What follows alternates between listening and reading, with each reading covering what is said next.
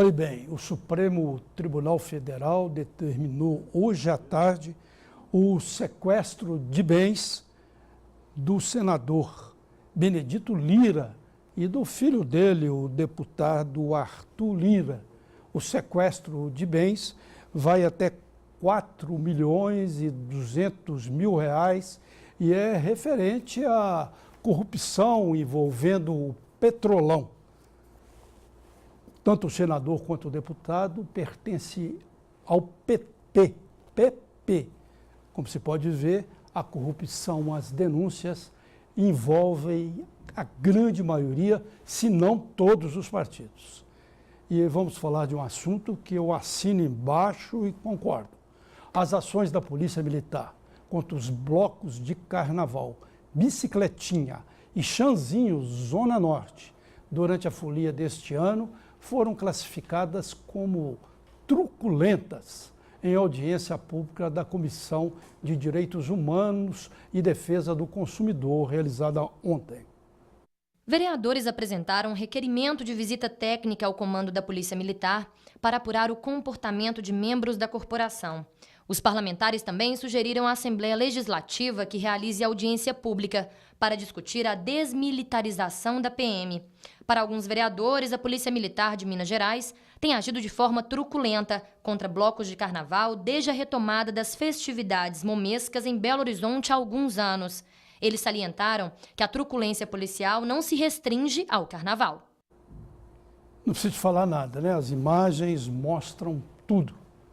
O corte de 2 bilhões de reais nas contas de Minas Gerais, não repercutiu bem entre policiais e bombeiros, que não descartam entrar em greve.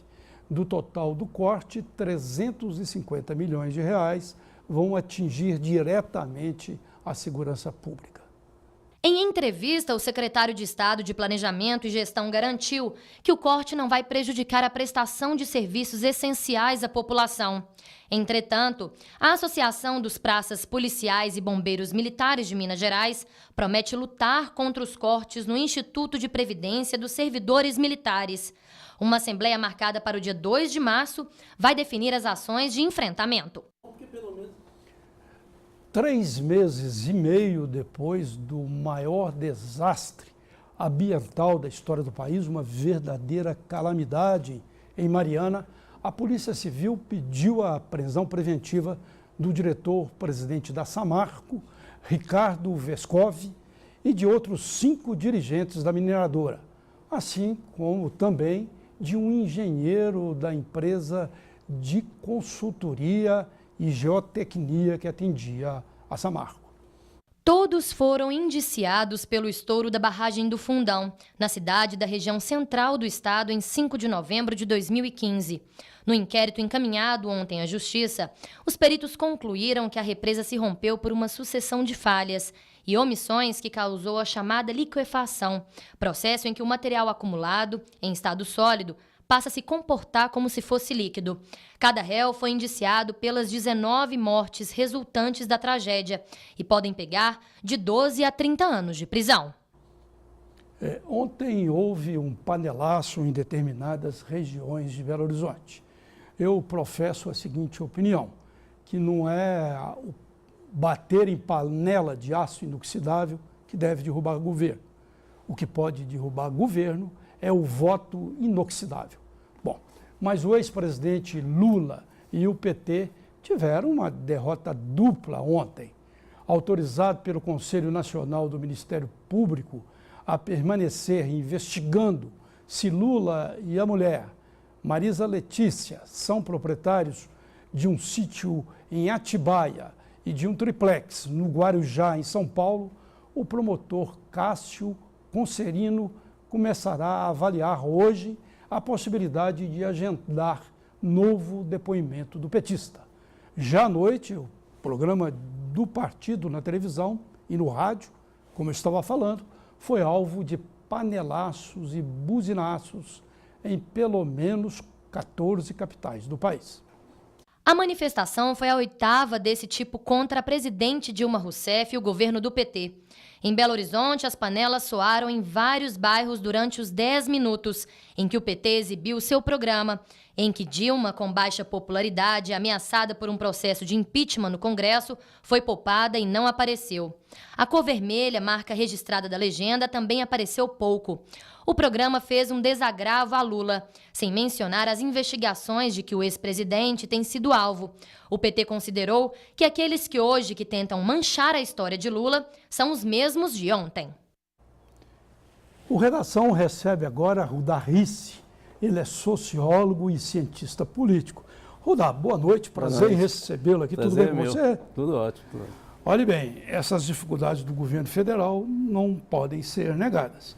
Tivemos hoje uma nova queda em agência de risco. É a terceira grande agência de risco que determina a queda da nota de investimento do Brasil. Nós temos aí essa situação toda envolvendo Lula e agora envolvendo inclusive o marqueteiro que era do PT, trabalhava para o PT e também para a presidente Dilma nas últimas 2 eleições e para Lula na última eleição dele. Ou seja, é um conjunto de notícias nada interessantes para o Palácio do Planalto. Na sua análise, o que pode acontecer de tudo isso, incluindo também esse panelaço que houve novamente? Eu acho que a gente tem que ir com muita calma, para não ficar no impressionismo. Em primeiro lugar, acabou de sair uma pesquisa CNT, divulgada no Estadão, agora no Estado de São Paulo, em que aumentou profundamente a popularidade de Dilma. Ela sai, embora ainda muito baixo, muito abaixo do índice de 30%, mas se aproxima agora, né? Ou seja, ela vem recuperando, não é a primeira subida dela. Então, ela não está olhando muito essa crise, está fazendo essa campanha contra a Zika no país todo, né? Não, é que a questão é o seguinte, o foco é todo classe média. A classe média é absolutamente antipetista, principalmente no Centro-Sul. Você vai para o Nordeste e já começa a mudar. Por exemplo, o panelaço foi aonde em Fortaleza? O panelaço foi aonde em João Pessoa? Aonde foi em Belo Horizonte? Aqui eu sei que foi em Lourdes, bairro Funcionários, então, assim, Savassi. Esse pessoal não elege presidente da República. Em primeiro lugar é isso. Do ponto de vista estatístico, num país de alta desigualdade como o nosso, quem elege é pobre, né? E pobre não está indo para a rua e não está batendo panela, mas também não está aprovando o governo. Então, assim, a gente precisa ter muito equilíbrio, porque o clima meio macartista que nós estamos vivendo no Brasil, de caça às bruxas, né, de falta de racionalidade, de bom senso, acaba criando uma situação de tanta tensão que fazer análise ponderada nesse momento dá a impressão para alguns que estão batendo panela que você já escolheu o outro lado, e não é exatamente isso. Então, veja, em primeiro lugar, o que mudou para o governo? Para o governo, o que mudou foi que teve um período de mais tranquilidade política em função das férias, que isso era bem previsível, eu falei aqui. Sim. Vai chegar Natal, isso vai até o Carnaval, e foi exatamente o que ocorreu. E também com a decisão do STF, e agora com a decisão do PMDB, que recompõe toda a história do impeachment. O impeachment praticamente está descartado de vez. Você acha que eles fazem agora uma manifestação, a oposição faz agora uma manifestação, 17 de março, 13 de março, não tenho certeza, 13, né? 13 de março. Você acha que essa história do impeachment não vai ser... Não, eu acho que não. Eu acho que não, porque o impeachment é um processo que tem que ter alguma base, e como o STF esvaziou a Câmara Municipal, jogou para o Senado, onde o governo tem maioria, né? Acordo com Renan Calheiros, né? E como agora a situação do Eduardo Cunha vai ficando deteriorada, não tem mais muito o que segurar. E como a composição da comissão de definição de acolhida para dar prosseguimento do processo de impeachment, para ir para plenário, né, da Câmara agora, vai ter maioria do governo, com o Pitiani, assim, a possibilidade do impeachment avançar é quase zero, né? Aliás, os grandes analistas do Brasil já chegaram a essa conclusão. O que é que tem de novo para o governo nesse campo? É o TSE julgar as contas.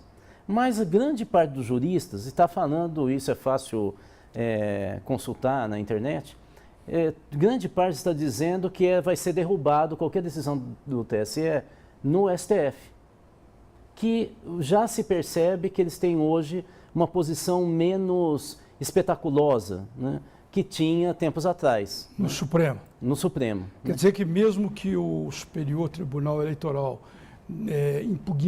vá impugnar as contas da campanha de Dilma, você acha que ela pode ter uma salvaguarda no Supremo? Já se fala isso. Eu não estou dizendo que pode, eu estou dizendo que os juristas dizem que é muito provável. Então, assim, a situação do impeachment é cada vez menos provável no Brasil.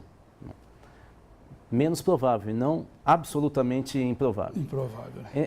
Não dá para cravar assim, né? Não, porque nós estamos no campo da política, né? Sim. Bom, então, o que ainda tem de muito ruim do governo é a política econômica. Nós devemos ter tido uma queda muito superior ao que se esperava. Todos falavam em 3,5% de queda do PIB, parece que é superior a 4%. Esse ano também nós vamos ter uma dificuldade grande. Porém, o novo ministro da Fazenda, ele está tentando criar algumas situações, e você está vendo na discussão da taxa Selic que já está tendo resultado, para tentar não continuar piorando a situação como a gente estava tendo a cada mês no ano passado, né, desde janeiro. Então, é como se a gente estivesse em queda livre e agora a queda é mais suave, de tal maneira que a sensação não é de desespero tão grande como foi ano passado, mas continua muito ruim. A grande questão Você diria que está menos ruim um pouco. Menos ruim, é isso mesmo. Então, a situação do governo, e aí vem esse índice de popularidade. Bom, a gente pode dizer, mas será que essa pesquisa foi muito momentânea? Então, nós temos que aguardar pesquisas como do Ibope, Datafolha, olhar o conjunto, e aí, claro que são metodologias ver a pesquisa das pesquisas. E aí a gente conseguir, a partir daí, ver mas a primeira que saiu mostra que Dilma sai da casa dos 10% e já atingiu a casa dos 20%. Então, assim, isso é uma melhora significativa. Para quem só estava afundando, exatamente, só estava morro abaixo, já é uma... Então, o que eu te diria?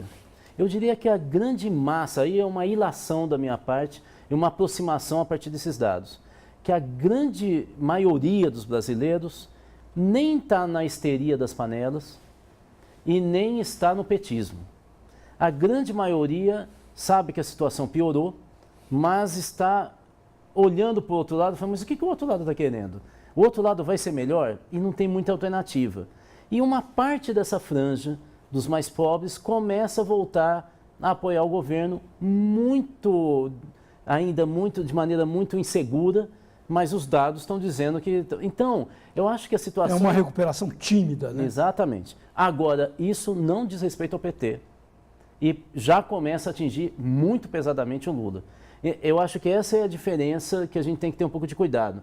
Colocar tudo na mesma panela me parece muito imprudente. Você diria que esse ataque frontal que está acontecendo ao Lula, de uma certa maneira, livra um pouco a cara da presidente Dilma? É exatamente isso que eu estou sugerindo. Ele fica como foco. Exatamente. E ela fica um pouco mais... Eu acho que, inclusive, me parece que é um pouco a tendência da oposição. A oposição escolheu, já que o impeachment vinha realmente... Perde no PMDB, o Temer some do mapa, os dados são muito claros, Eduardo Cunha cada vez mais sumido, pegou e jogou investir, então, de uma vez por todas, no Lula. O problema dessa história do Lula é, de novo, a questão da ponderação. Eu acho que a Polícia Federal, o Lava Jato, de uma maneira geral, está abrindo muitas pontas de investigação. Eu te falei agora dos parlamentares do PP, né? Então, o problema é o seguinte... Quer dizer, as pessoas acham que não é só PT, envolve PSDB, envolve PP, PSB. Eu acho que nós estamos... Embora o PT esteja no centro, né? Sim, mas eu acho que nós estamos entrando num limbo muito perigoso para essas instituições brasileiras que não são judiciário, portanto não julgam. Com exceção do Sérgio Moro, o Ministério Público é executivo, né? Alguns acham que é judiciário, não é. E a Polícia Federal é polícia, ele não é judiciário. Então, ainda não foram julgados, e nem para a segunda instância. Tudo primeira instância com o Sérgio Moro. Então, não há um julgamento definitivo. Então, tudo pode ser revogado, ou ser, no jargão, embora agora reformado. A segunda instância já dê cadeia no Brasil. Então, mas não chegou. Então, de qualquer maneira, É uma história do Eduardo Azeredo, né? Por que para ele funciona, para cá não? Vai ter que chegar ainda na segunda instância. Então, a gente tem que ter um pouco de cuidado. A minha preocupação está abrindo tanto o flanco que eu começo a me preocupar pela instituição no seguinte sentido: se é para pegar, pega logo, porque ficar abrindo do jeito que está, digamos o seguinte, que a história do Lula dê em nada. Qual que é a estratégia do marqueteiro político? É o seguinte: transformamos ele agora em vítima. Em vítima. E eles estão fazendo isso. Estão tentando transformar... Fica muito forte para 2018. Aí não tem nenhuma... O que eu estou dizendo é que é muito ruim numa investigação você tratar a investigação como sentença e, pior, fazer uma pirotecnia tão grande como está fazendo, que depois, se não der certo e não achar nada do Lula, e até agora não acharam nada... o Lula, eu imagino, pode fazer algum auê, mas ele deve estar adorando que continue a investigação. Porque não estão achando, até agora é o barquinho. Então, assim, se não achar, você sabe muito bem que os marqueteiros, a partir de 2007, vão transformar ele no homem mais trabalhador que esse país já viu. E aí? E os paneleiros vão ficar onde? Então, assim, acho que o jogo está sendo muito bruto e muito vamos ganhar. E como eu escrevi hoje, olha, gente, esse negócio de cantar vitória antes do campeonato só dá certo com o meu time, o Corinthians. Cantar de galo não, né? Ô, Rudá, nós vamos voltar no próximo bloco com outros assuntos. Fique aí, hein? Claro. O Redação VH News volta logo após um rápido intervalo.